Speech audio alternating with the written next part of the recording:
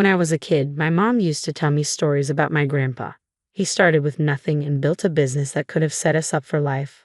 But we never saw a dime of it. I didn't understand why until I got older and learned about the mess with his will.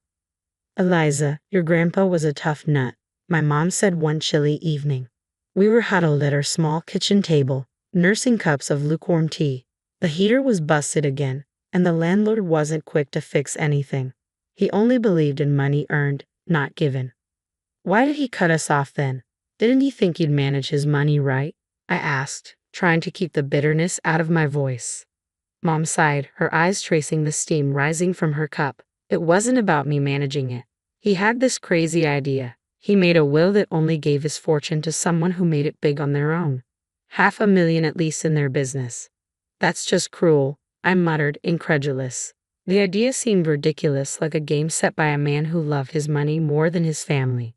"It was his way or the highway," Mom continued. "When I argued with him, he practically disowned me, saying if I was any good, I'd earn my way without his help. The unfairness of it all gnawed at me. Here we were, scribbling and saving every dime, while someone else was living it up on what should have been ours."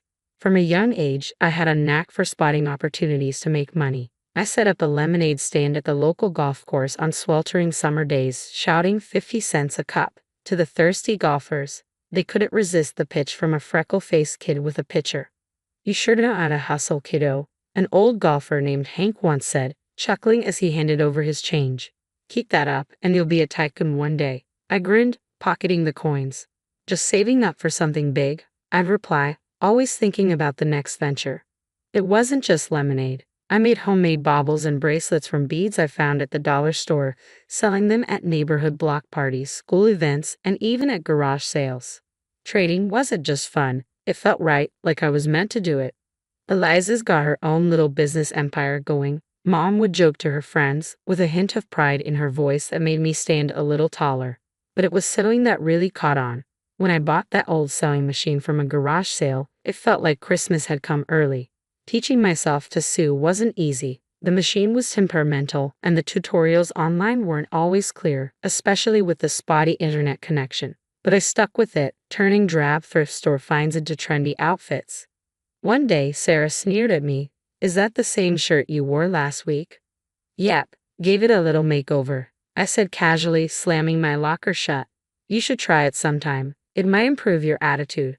She scoffed and walked away, but a few other girls lingered. "That was really cool what you did with your shirt. Could you do mine?" one of them asked shyly. "Sure thing," I replied, my heart swelling with pride. "Bring it tomorrow." Word spread quickly, and soon I was taking custom orders. It wasn't just pocket money anymore. It was a real business. People paid good money for uniqueness, and I was all too happy to provide. One sunny afternoon, I took my latest creations to the local street fair. I set up a rickety table, laid out my garments, and waited, heart pounding with excitement. "You think people will buy these?" my friend Mike asked, eyeing the passers-by skeptically. "They'd be crazy not to," I shot back confidently. And they did. My table was swarmed, and I barely had time to collect the money and hand over the clothes. Amidst the chaos, a guy approached, car keys jangling in his hand. "Hey, my car broke down a block from here. Saw your stall. This stuff yours?" he asked, nodding towards my display. "Yeah, all made by me. Need something to pass the time while waiting for a towel?"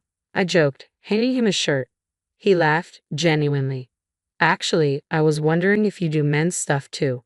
"Sure do," I replied, pulling out a few pieces I'd experimented with. He examined them, then looked at me with a spark of interest. "You've got talent. Ever think of making this a real business?" "Every day," I said, not missing a beat. His smile widened. "I'm Jack, by the way." "Eliza," I said, shaking his hand, feeling the weight of the moment. This wasn't just another sale. It felt like a doorway swinging wide open. As the day wound down, I counted the cash, a sense of accomplishment washing over me. This was it. I was making it happen, one stitch at a time. "I told you they'd love your stuff," Mike said as he helped me pack up. "Yes, you were right," I admitted, unable to hide my grin. Looks like I might just make that $500,000 mark after all. After Jack and I met at the fair, things took off faster than I'd expected. He wasn't like anyone I knew. He came from money, but he had a way of making you forget about that when you were with him. He was laid back, always laughing and making plans. We started seeing each other more, and it wasn't long before we were seriously dating. One day, he said, "Eliza, I think it's time you met my parents." The mere thought made my stomach churn. I knew Jack's family came from old money, the kind that looked down on people like me. "Are you sure?" I asked, my voice tense. "I don't think they'll like me much." Jack brushed it off with a laugh. "They'll love you. Don't worry so much." The drive to Jack's parents' house felt interminable. Jack chatted about mundane topics, probably trying to ease the tension, but my stomach was still in knots. When we finally turned into a long driveway, I saw it, a massive house that resembled a museum more than a home. As we walked up to the grand entrance, the door swung open before we could even knock. There stood Jack's mom, Mrs. Thompson, impeccably dressed in a way that made me feel instantly underdressed despite my careful choice of outfit. "Jack, darling," she exclaimed, pulling him into a warm hug. Then she turned to me with a polite smile that didn't reach her eyes. "And you must be Eliza. We've heard so much about you." Her words sounded warm, but her tone was anything but. I forced a smile. "Thank you for having me, Mrs. Thompson." Jack led me inside, and that's when I met Mr. Thompson. He was a tall, stern-looking man with a firm handshake that felt more like a test than a greeting. "Eliza, a pleasure," he said, his voice deep and devoid of emotion. We moved into the living room, which was as grand and cold as the rest of the house. Everything felt stiff and formal. We made small talk, or rather, they did. I mostly nodded and smiled, feeling completely out of my depth. Dinner was served in a dining room straight out of a magazine, with crystal and fine china that looked like it belonged in a display case rather than on the table. As we sat down, the real interrogation began. "So, Eliza, Jack tells us you're into fashion design," Mr. Thompson began, eyeing me as though I were a puzzle to be solved. "Yes, I run a small business. I design and sell clothing," I responded, trying to keep my voice steady. "I'm self-made then." "How entrepreneurial," he commented dryly. His tone suggested it was less of a compliment and more of a checklist. Mrs. Thompson joined in with a smile that felt more like a smirk. "And your family, dear?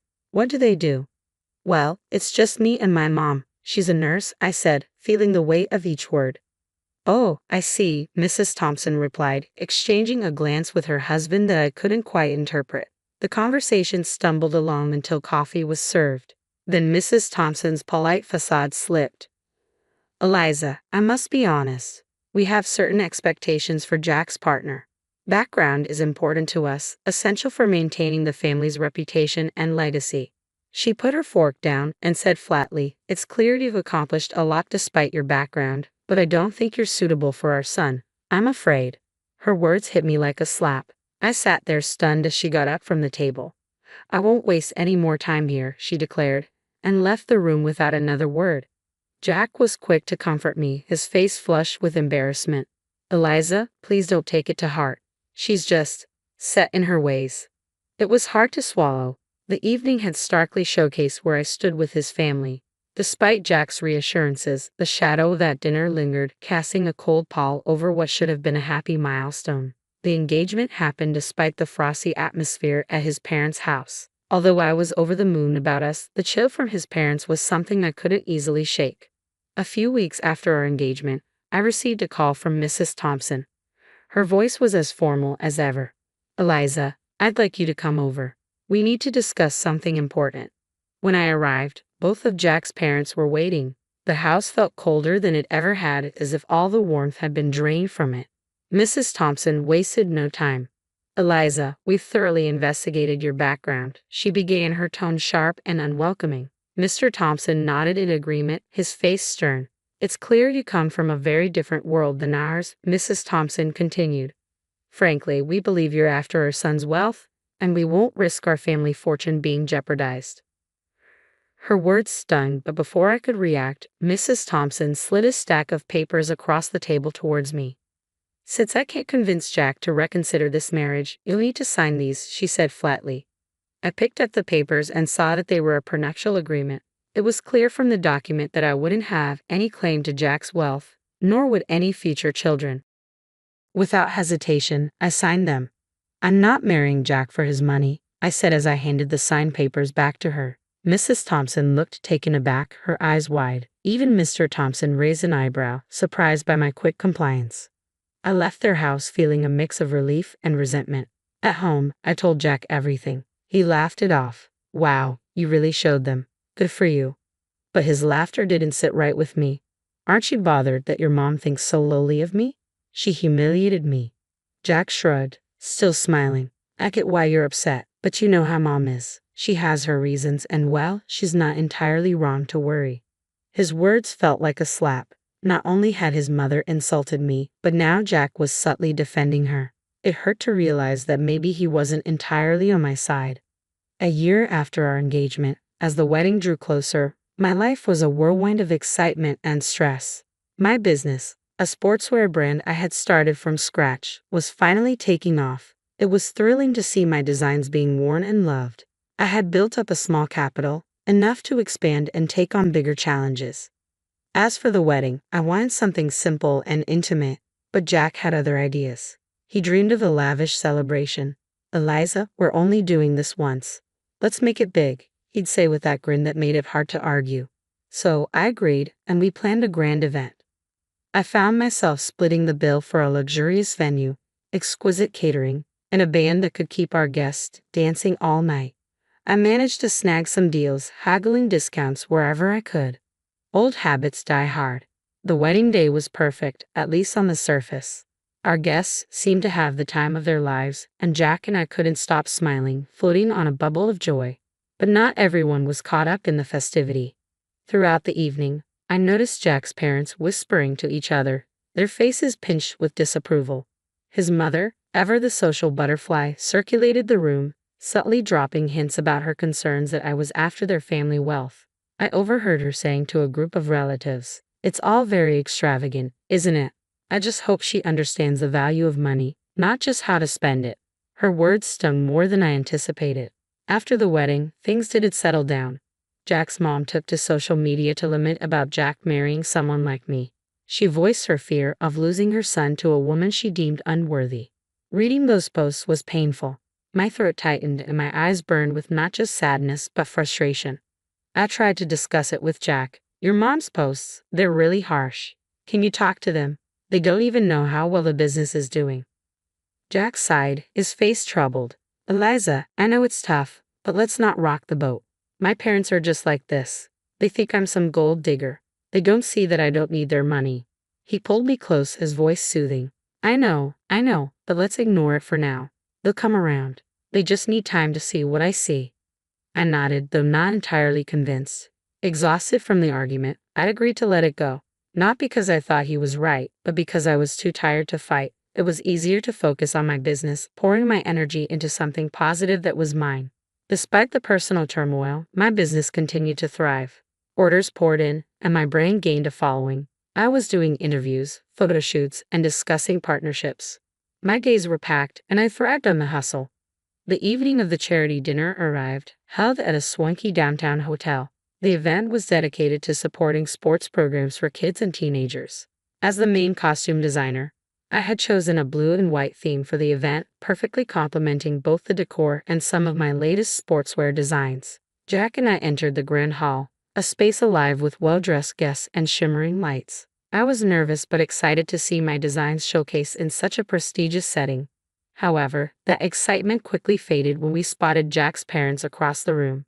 Their cold stares cut through the warmth of the bustling crowd, and while Jack noticed, he said nothing. Their blatant disregard stung deeply, but I bit my lip and kept walking. As guests began to arrive, I circulated the room, chatting and networking.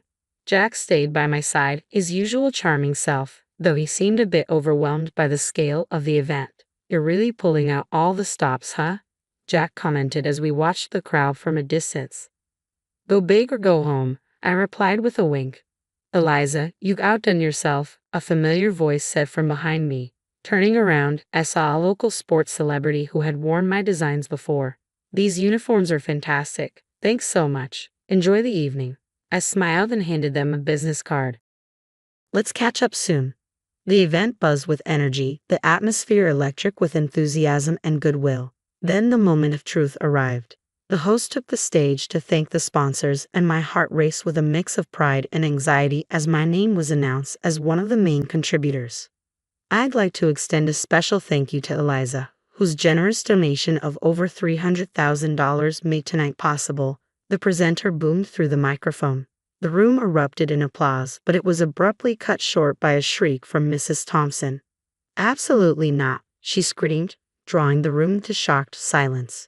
She demanded a microphone, and once it was handed to her, she wasted no time. "This is preposterous. Eliza couldn't possibly afford this.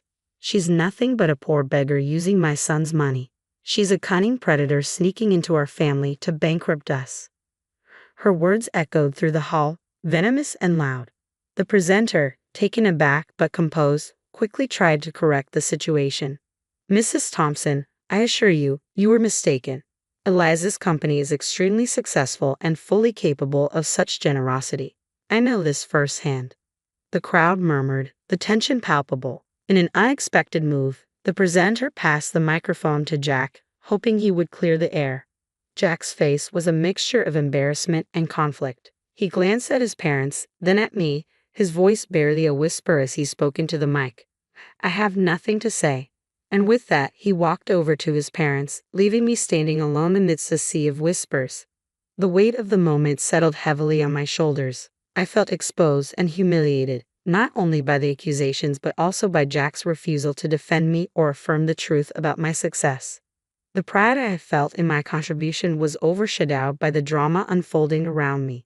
Stepping into the spotlight, I approached the microphone, my heart pounding but my resolve clear.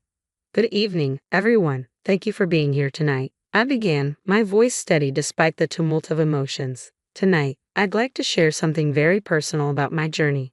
The room fell silent, all eyes on me. I started as a street entrepreneur, not just to make ends meet, but driven by a dream. That dream led to the creation of a sportswear brand many of you know today. I paused, meeting the eyes of young athletes and seasoned businessmen. When my company's profits hit $500,000, I fulfilled a promise to a very special person, my grandfather. I continued, my voice growing stronger. He left a will stating that his inheritance would go to a relative who made their own success, reaching that exact figure in their business. Whispers filled the hall as I let that sink in. That inheritance has been used not only to fuel my personal growth but to give back through charity, much like tonight's event. I scanned the crowd, some nodding as I unfolded more of my story. After the pandemic, my business didn't just survive, it thrived, growing several times over. Every challenge faced was a stepping stone. As I concluded, I stood before the crowd not just as a business owner but as someone who believes in the power of perseverance and dedication. The room erupted in applause, with some guests rising to their feet. I saw faces light up with respect and admiration, but my gaze briefly met Jack's parents. Their expressions, once haughty, now showed disbelief and embarrassment. They quietly exited the hotel. Jack, looking equally shaken, tried to approach me. "Eliza, I shook my head and walked past him. My emotions were a mix of triumph and heart ache. I needed space, not just from the evening's drama, but from everything. I decided to stay at the hotel that night, alone with my thoughts. Later, as I sat in the quiet of my hotel room, my phone rang. It was my mom. Her voice was thick with emotion. "Honey, I saw everything. I just want you to know how proud I am to see you stand up there, telling your story and reclaiming your truth. You're everything I hoped you'd be." After spending the night at the hotel to clear my head, I returned home. The place felt different, heavier, as if the walls themselves held the tension from the last few months. Jack was there waiting. As soon as he saw me, he tried to apologize again. "Eliza, I'm so sorry about everything. Can we just forget all this and start over?" he pleaded, his voice desperate. I shook my head, the decision heavy but clear. "Jack, I can't. I don't want to be with someone who can't stand up for me, who sides with his parents over his wife. It's not just about last night. This has been building for a long time." His face fell, and he reached out, but I stepped back. "I'm filing for divorce," I said firmly. I didn't wait for his response. I gathered a few essentials and left for my mother's house, the one I had recently bought with my grandfather's inheritance. It felt like a sanctuary after the storm. The divorce proceedings were straightforward, thanks to the prenup we had signed, and with no children to consider, it was over quickly.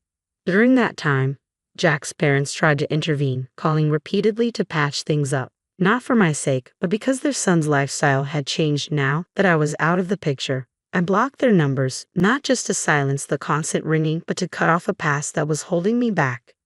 I heard from friends that Jack had started drinking, lost his job, and eventually, his parents disowned him, not wanting to tarnish their reputation with his downward spiral.